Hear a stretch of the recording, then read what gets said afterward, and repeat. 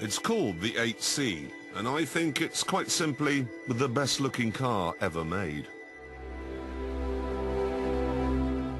It's not dramatic.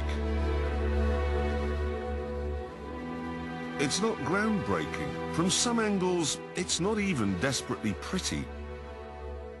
Mind you, as Francis Bacon once said, there is no beauty that hath not some strangeness about its proportions. And he's right, whoever he is. I mean, look at Keira Knightley. She's just an ironing board with a face. And she works.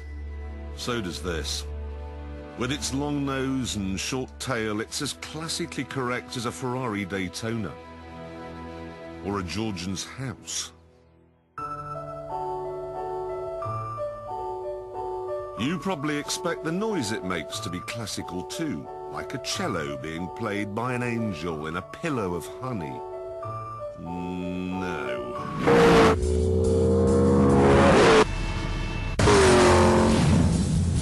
Sadly, only 500 8Cs have been made, so it's very unlikely you'll ever see one. But if one passes within 20 miles, trust me, you'll hear it.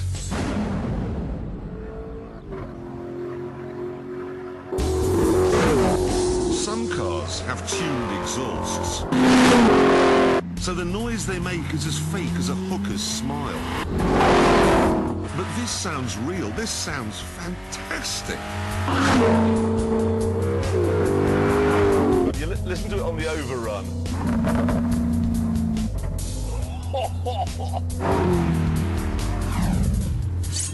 So, it looks gorgeous and it sounds amazing. And on top of that, it's an Alfa Romeo.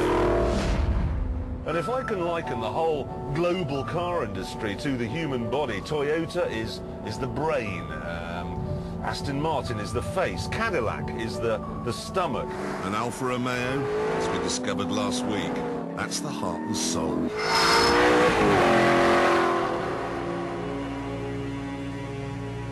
So what is it then, this £110,000 car? Well, at the front, there's a 450 horsepower, 4.7 litre version of Maserati's V8. The gearbox, in true Alfa tradition, is at the back. The Ferrari seats are carbon fibre. Most of the car, in fact, is carbon fibre, so it weighs less than a Mitsubishi Evo. You might imagine then that it's very fast.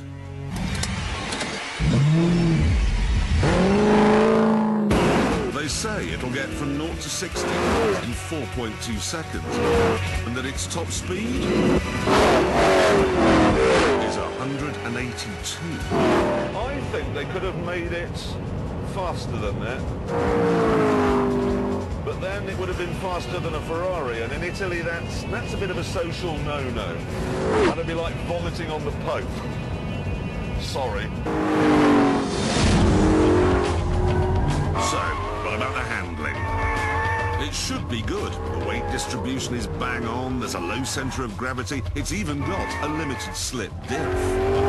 Add all this together and the overall result is terrible.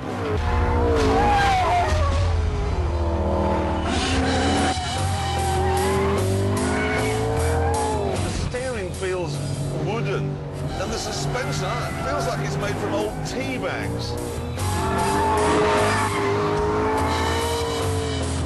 Here comes some sacrilege. It feels like a Mustang. And then there's the flappy paddle gearbox. I don't really like any of them, but this one really is a bit ESN. And you know the worst thing? You're driving along and then your foot gets jammed underneath the brake pedal.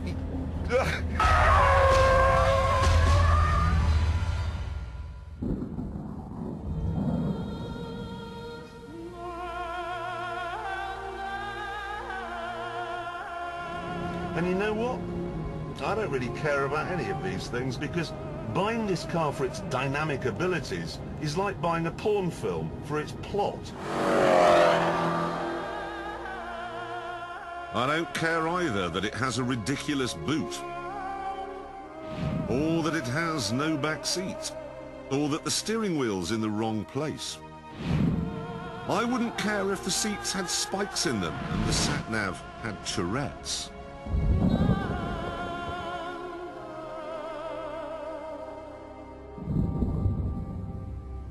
I don't even care about the price.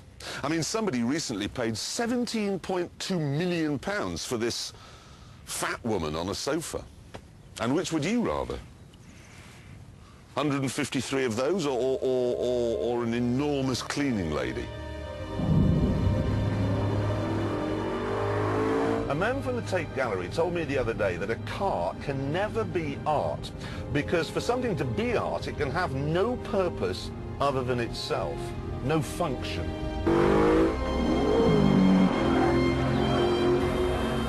Well, look at this. It doesn't drive very well. It's not been built with much care. And it is hopelessly impractical. What Alfa has built then is not a car, it's a centerfold. What Alfa has built is 14 feet of art.